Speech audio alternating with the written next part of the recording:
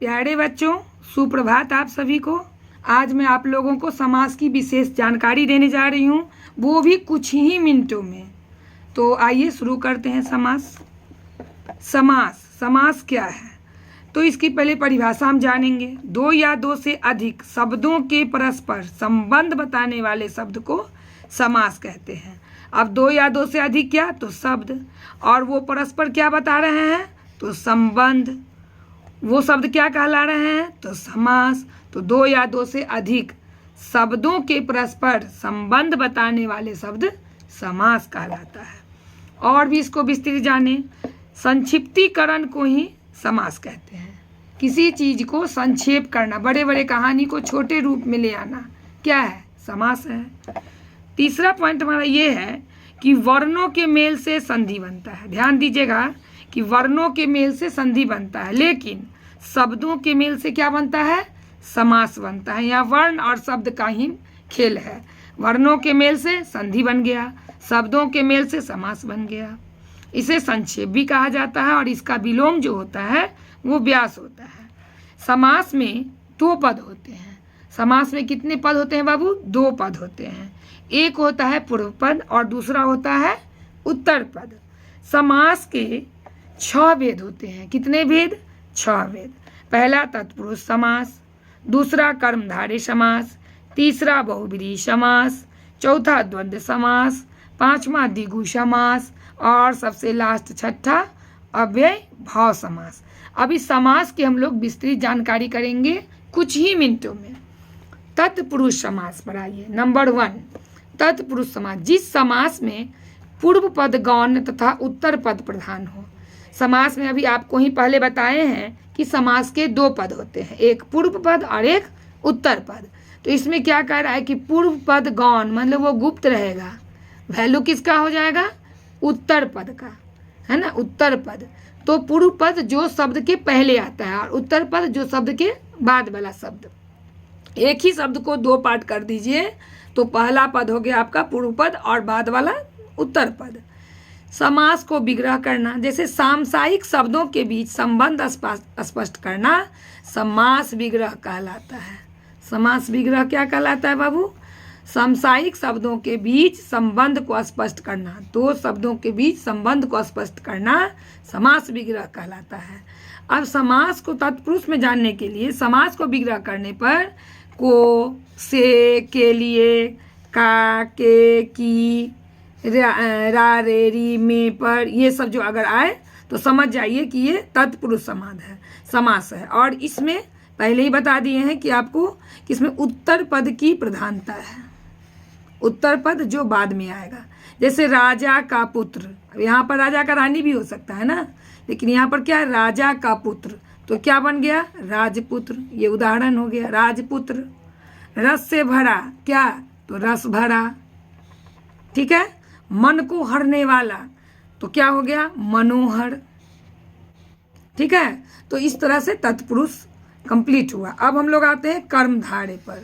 Number 2, कर्मधारय समास। जिस समास में पूर्व पद विशेषण और उत्तर पद विशेष हो। पहला पद क्या होगा? विशेषण। पूर्व पद क्या होगा बाबू? विशेषण। और उत्तर पद जो बाद वाला शब्द होगा वो क्या होगा? उसकी विशेष्य होगी। तो ये क्या हो जाएगा? कर्मधारय समास। वो क्या हो जाएगा? कर्मधारय समास। अब हम लोग आएंगे यहाँ, विशेषता बताने वाले समास को क्या कहते हैं? कर्मधारय समास। ठीक है।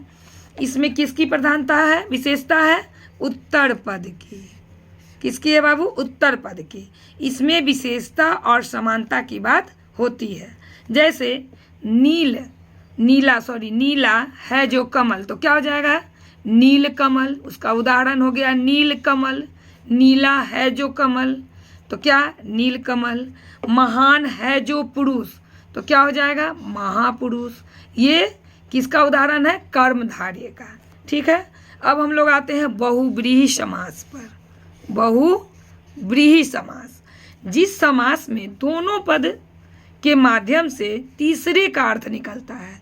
पद तो 2 ही होता है, लेकिन अर्थ क्या होता है? दोनों को मिलके किसी तीसरे का निकल जाता है।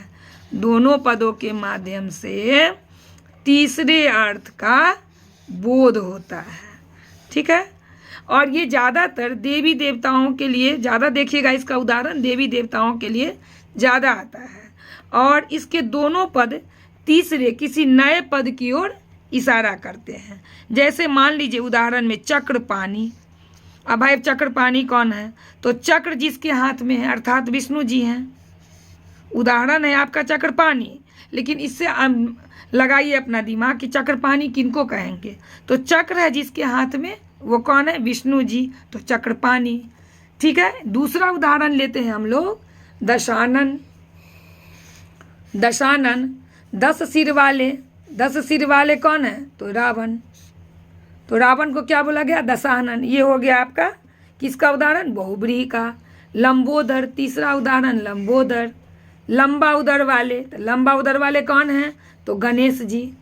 नाम है लंबोदर, लेकिन लंबा उदर, इसका अर्थ निकालने पर क्या हो जाता है? लंबा उदर हो जिसका, तो ये क्या हो गया? गणेश जी। ठीक है, अब हम लगाते हैं द्वंद्व समास पर। द्वंद्व समास, जिस समास में पूर्व पद तथा उत्तर पद दोनों ही प्रधान हो। इसमें पहला पद की भी प्रधानता होगी और दूसरे पद की भी, मतलब दोनों पद का महत्व है इसमें। द्वंद्व समास में अधिकतम योजक चिन्ह क्या होता है? लोप रहता है। योजक चिन्ह, ये डैश वाला चिन्ह जो होता है ना, वो लोप रहता है।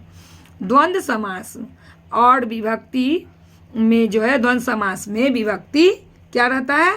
लोप होता है, और इसमें दोनों शब्द एक दूसरे के विलोम होते हैं। जैसे ही किसी शब्द में आप विलोम शब्द देखिएगा, एक दूसरे का मिलता जुलता विलोम शब्द, तो आप तुरंत समझ जाइएगा कि वो कौन सा समाज है? द्वंद्व समाज। जैसे अमीर और गरीब, तो और तो आपको नहीं पता चल रहा है, यहाँ दिख नहीं रहा है क्योंकि वो विलुप्त है। तो अमीर जो बहुत पैसा वाला हो, और गरीब जो जिसके पास पैसा ना हो। छोटा है ना, बड़ा, देखिए एकदम विलोम शब्द है। रात दिन है ना, इसमें विलोम शब्द है, विलोम शब्द का जोड़ा हो गया। जैसे कि ऊंचा नीचा, ये क्या है? द्वंद्व समास है। अब हम लोग आते हैं 5वें नंबर पे द्विगु समास।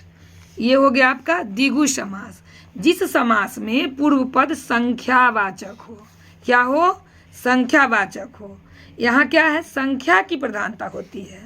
द्विगु समास में किसकी प्रधानता होती है? संख्या की। और संख्या कब? तो प्रथम पद की प्रधानता। ठीक है, इसमें पहला पद क्या हो? संख्या हो।